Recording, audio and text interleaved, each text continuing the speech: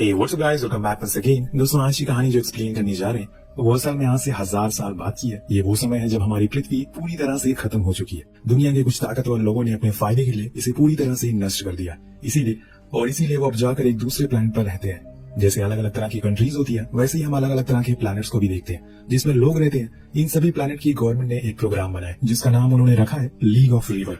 ये सेम उसी तरह से है जिस तरह से हमारा यूएन है यानी कि यूनाइटेड नेशन वो उसी तरह से काम करता है, सभी को कंट्रोल करता है एक तरह से और होने वाली जंग को रोकने की कोशिश करता है। वेल नेक्स्ट सीन में हम उन्हीं में से एक टाइटेनियम नाम के प्लैनेट को देखते हैं जो कि काफी एडवांस है। ऊंची ऊंची इमारतें हैं और कार्स फ्लाई कर रही हैं। इसी बीच हमें ये भी बताया जाता है कि इस शहर से बाहर एक शील्ड है जो वहाँ के लोगों को बाहर रहने वाले एलियन और कुछ क्रिएचर से सुरक्षित रखती है, क्योंकि जिस प्लैनेट पर अभी इंसान रह रहे हैं वो तो एलियन का घर हुआ करता था, पर इंसानों की पूरी आदत है कि वो दूसरी की चीजों पर कब्जा कर लेते हैं। अब इसके बाद हम उस टाइटेनियम सिटी के जेल में कैद 10 कैदियों को दिखाया जाता है जिन्हें कहीं लेकर जाया जा रहा है।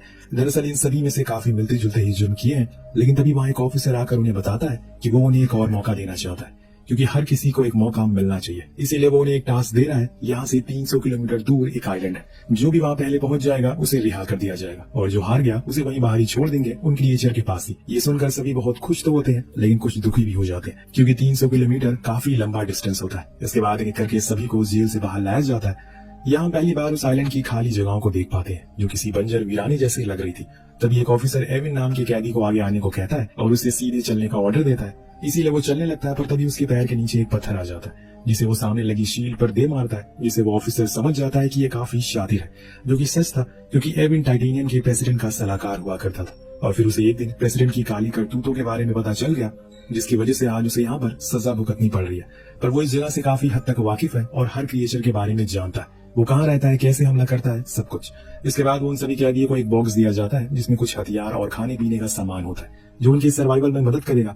फिर उन सभी को शील्ड से बाहर करके उसे बंद कर दिया जाता है, यानी कि उनके हर कदम पर खतरा है। हम रायन नाम के आदमी को देखते हैं जो सभी को कंट्रोल करना चाहता है क्योंकि वो इस ग्रुप के लीडर के फिराक में है, लेकिन एविन कहता है कि वो उसकी बात नहीं मानेगा। तभी वायना नाम की लेडी आती है जो कि एविन की बात पर राजी थी। अब इसके बाद उस डब्बे को खोला जाता है जिसमें सबसे पहले बड़ी चालाकी से एविन एक चाकू को निकाल लेता है। इस दौरान रायन उस पूरे डब्बे को अपने पास रख लेता है। वो चाहता है कि सब कुछ उसके कंट्रोल में हो, ये पूरा ग्रुप उसके इशारों पर चले, लेकिन एविन ऐसा नहीं करेगा। इसीलिए वो उसके लिए एक आदमी के गले पर चाकू रखकर उसे धमकाता है कि अगर तुम्हें मुझे खाना नहीं दिया तो मैं इसे मार दूंगा, जिससे कि रायन को उसे कुछ खाना देना ही पड़ता है। पर फिर एविन उसे वो स्टील बॉक्स भी मांगता है, लेकिन वो कहता है इसके बदले में तुम्हें अपना पूरा खाना हमें देना होगा। पहले तो एविन बहुत सोचता है और फिर एक बंदे का हिस्सा अपने पास रखकर उसे और बाकी दे देता है, जिसके बदले में उसे वो स्टील बॉक्स मिल जाता है, जिसका वो क्या करेगा ये आपको कुछ ही देर में पता चल जाएगा। कुछ देर बाद अब वो आयना की कमर पर एक रस्सी बांधता है और फिर उसे खुद को अटैच कर लेता है। फिर वो दोनों ही उस डब्बे को पुल करते हुए आगे की ओर चलना शुरू करते हैं। इधर ये ग्रुप भी दूसरे रास्ते की ओर चलना शुरू करता है। पर कुछ घंटे बाद हम देखते हैं कि एक मिलिया नाम की लेडी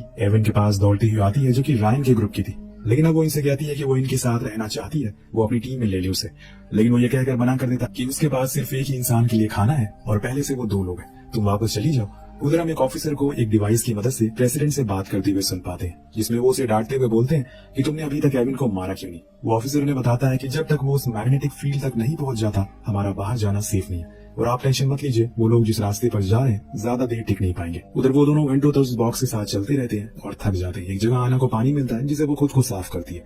तभी एक पीछे से हम किसी सांप के आकार जैसा एडवांस क्रिएचर को देखते हैं जो कि उसके ऊपर हमला करने वाला होता है कि तभी एविन आकर उसे पकड़ लेता है और बीच से काट देता है, लेकिन वो उसे फेंकता नहीं है बल्कि एक हथियार के तौर पर उसे अपने पास रख लेता है। पर इस हादसे में हम देखते हैं कि एविन को पेट में कट लग गया, जिसे आना ठीक करती है। तभी वहाँ पर रायन के लोग आ जाते हैं और जो उसे वो बॉक्स वापस देने को कहते हैं। न जाने उन्हें क्या सूझा, पर अब एविन मना कर देता है, पर वो कहाँ सुनने वाले थे। इसीलिए रायन अपने एक आदमी को उसे वो छीन कर लाने को कहता है। एविन पहले से इस चीज के लिए तैयार था और इसीलिए वो उस क्रिएचर से एक हथियार बनाकर उस आदमी पर वार करता है, जिसे वो डरकर पीछे हट जाता है। और रायन भी समझ जाता है कि इसे पंगा लेना आसान नहीं है। अब वो दोनों फिर से अपना सफर शुरू करते हैं, पर दोस्तों बीच रास्ते में एविन को कुछ महसूस होता है, इसीलिए वो आयना को तुरंत ही वहाँ लेट जाने को कहता है। इसी बीच हम उनके पीछे आ रहे रायन के ग्रुप को देखते हैं जो एक बहुत बड़ी मुसीबत में फंस जाते हैं। दरअसल एविन इसलिए शांत होकर लेट गया क्योंकि उसे पता चल गया था कि जमीन के नीचे एक क्रिएचर है जो किसी के लिए हट सुनकर उठ जाएगा, पर ये चीज उन लोगों को पता नहीं होती। इसीलिए वो सभी आवाज करके आगे की ओर बढ़ते हैं, जिससे वो क्रिएचर जाग जाता है और सभी बहुत डर जाते हैं। उन्हीं में से एक लड़का इतना ज्यादा घबरा जाता है कि वो भागना शुरू कर देता है, पर ये करके उसने और बड़ी गलती कर दी क्योंकि वो कुछ ही देर में उसके हत्थे चढ़ जाता है जो उसे अपने साथ जमीन के नीचे ले जाता है। उधर वो दोनों मौका देकर वहाँ से निकल जाते हैं और अपने रूट को फॉलो करते करते एक जगह थोड़ा आराम करते हैं और इसी में दोनों की आंख लग जाती है। लेकिन जब सुबह उसकी आंख खुलती है तो उन्हें किसी की आहट एक बार और सुनाई देती है। इसी बीच जब वो पीछे मुड़ते हैं तो देखते हैं कि वहाँ से तो क्रिएचर की फौज आ रही है। इसीलिए दोनों ही उस बॉक्स के अंदर खुद को बंद कर लेते हैं, जिससे वो क्रिएचर आर्मी उनके ऊपर से गुजर जाती है और वो बच जाते हैं। यानी कि ऐसा कुछ होने वाला है, इसीलिए एविन ने इस बॉक्स को लिया था, या फिर कुछ और वजह थी। खैर वो बॉक्स की हालत बहुत ही ज्यादा खराब हो चुकी है, इसीलिए वो दोनों उसे वहीं छोड़ देते हैं और आगे चल देते हैं। वहाँ दूसरी तरफ रैन सभी से कहता है कि हमें कुछ देर आराम करना चाहिए, उसके बाद हम आगे चलेंगे। लेकिन ये बात मिलिया को पसंद नहीं आती, क्योंकि उसका कहना था कि ऐसा करने पर वो दोनों हमसे आगे निकल जाएंगे।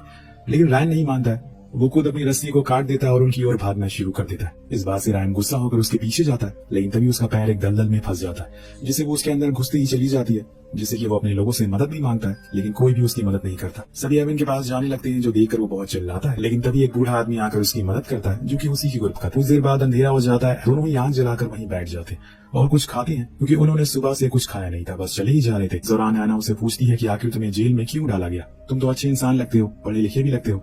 तो वो बताता है कि मैं प्रेसिडेंट का एडवाइजर था, पर एक दिन मुझे उसके सारे कोर्स के बारे में पता लग गया, जिसकी भनक उसे भी लग गई। फिर वो खुद को बचाने के चक्कर में उसने मुझ पर झूठे आरोप लगाकर मुझे जेल में बंद करवा दिया। वो मुझे मानना ही चाहता, इसीलिए उसने मुझे यहाँ भेजा है। इसके बाद दोनों आराम करते हैं। ऐसे ही कुछ देर बाद सुबह हो जाती, जहाँ पर हम मिलिया को देखते हैं, जो उन लोगों के साथ एविन का पीछा करते करते काफी आगे तक आ गई है। तभी उसे एक जगह पर दो कैनिबल दिख जाते हैं, जो कि इंसानों को खा रहे थे, जिन्हें देखकर सभी भागते हैं। लेकिन वो इनके ग्रुप की एक लड़की को पकड़ लेते हैं और उन्हें मारना शुरू कर देता है। कुछ ही देर बाद वो अपना दम तोड़ देती है। उसकी चीखें यहाँ एना भी सुन लेती है। वो उसे बचाने के लिए चलने को कहती है, लेकिन एविन मना कर देता है, क्योंकि वहाँ जाना खतरे से खाली नहीं है। अब तक तो वो उसे मार चुका था। वो एना को ये भी कहता है कि तुम्हारी जिम्मेदारी मेरे ऊपर है, इसीलिए तुम्हें कुछ नहीं होना चाहिए। लेकिन एना इस बात से काफी नाराज होती है और उसे गुस्से में डरपोक कह देती है, जिस बात को सुनकर एविन तेज तेज चिल्लाना शुरू कर देता है कि कैनिबल मुझे खा। और उसे ऐसा देखकर एना रोना शुरू कर देती है, इसीलिए वो चुप हो जाता है। उधर हम मिलिया को देखते हैं, जो कि अपने बचे हुए लोगों के साथ एक पत्थर के पीछे छुपी हुई है, ताकि वो कैनिबल्स उन्हें कोई नुकसान ना पहुंचाए।